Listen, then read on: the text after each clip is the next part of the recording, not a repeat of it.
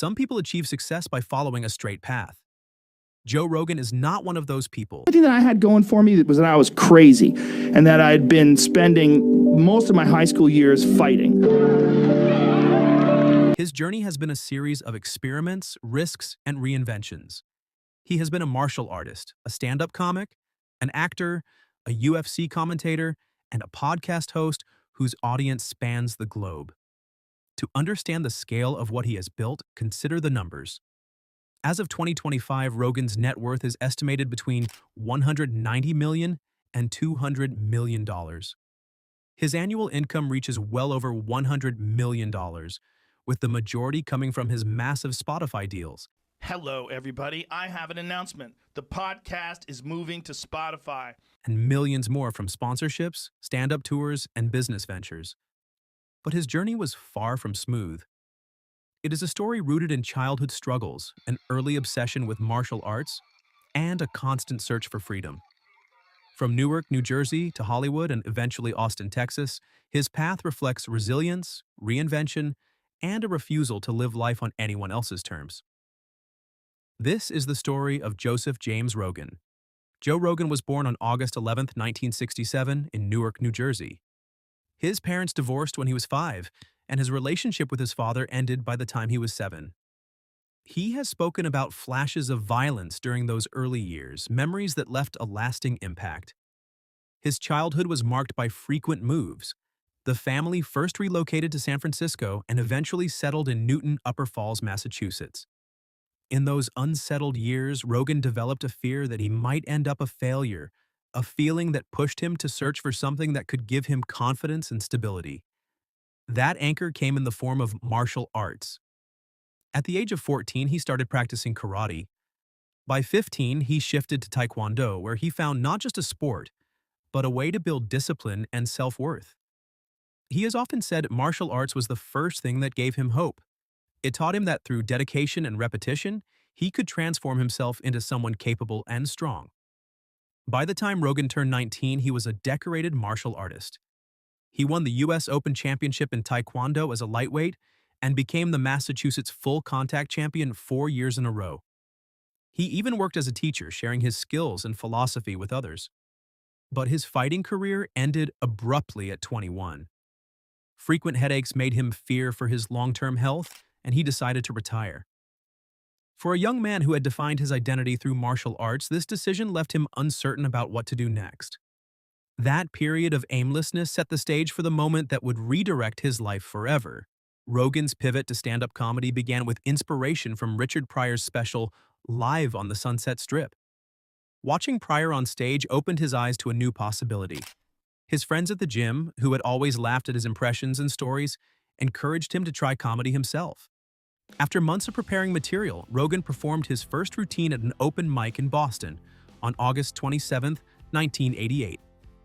The moment sparked something inside him.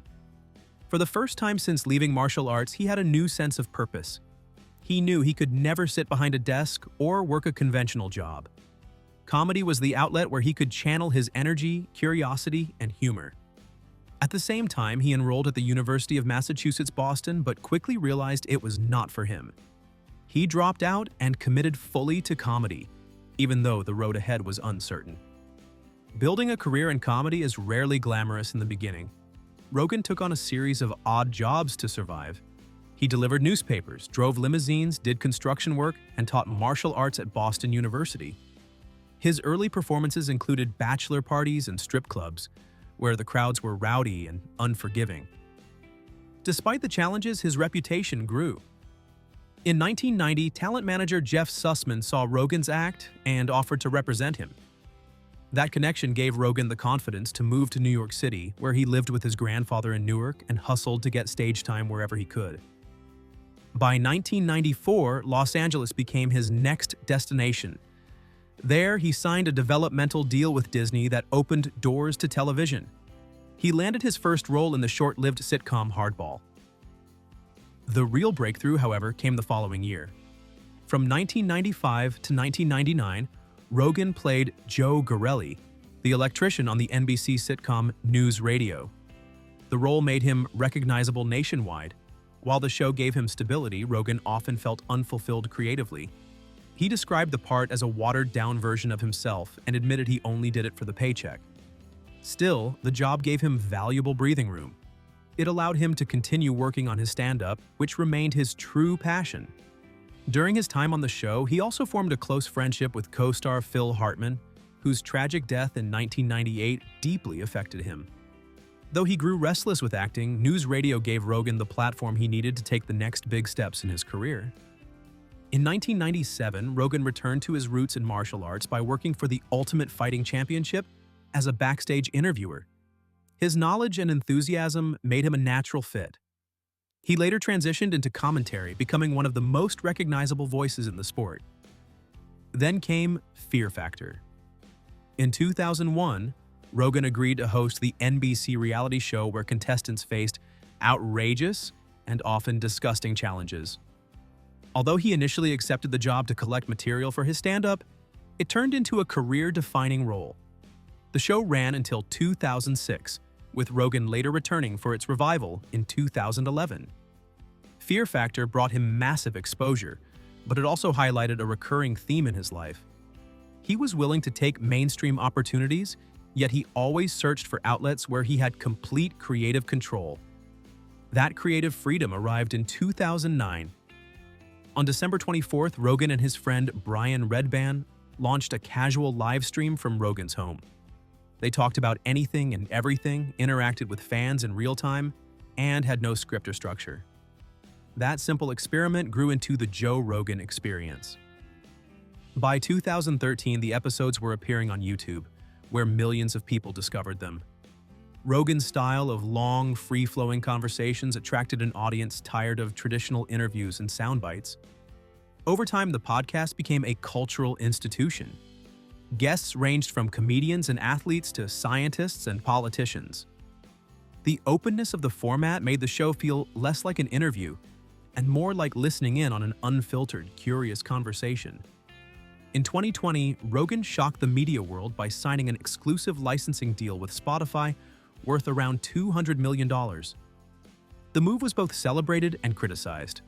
Some hailed it as proof of his influence, while others protested his content. The controversy even led to artists like Neil Young removing their music from the platform. But Rogan's market power was undeniable.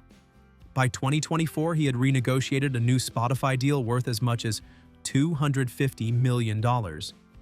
This time, his podcast was no longer exclusive, allowing him to return to platforms like YouTube and Apple Podcasts. He had secured both the money and the freedom he valued most. Rogan's empire is more than a podcast. His stand-up comedy remains a major source of income, with tours drawing huge crowds.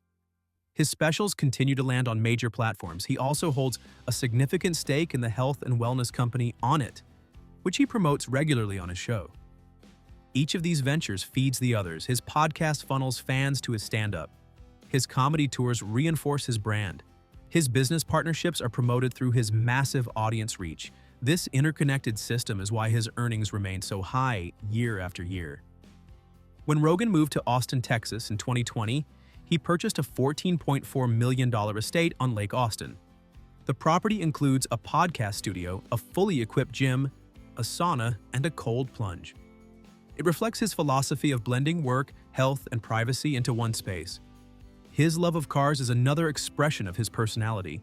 His collection, worth over $6 million, includes a Tesla Model S Apex, a Hennessy Velociraptor truck, a Porsche 911 GT3 RS, and classic American muscle cars like a 1965 Corvette Stingray and a 1970 Chevrolet Chevelle SS.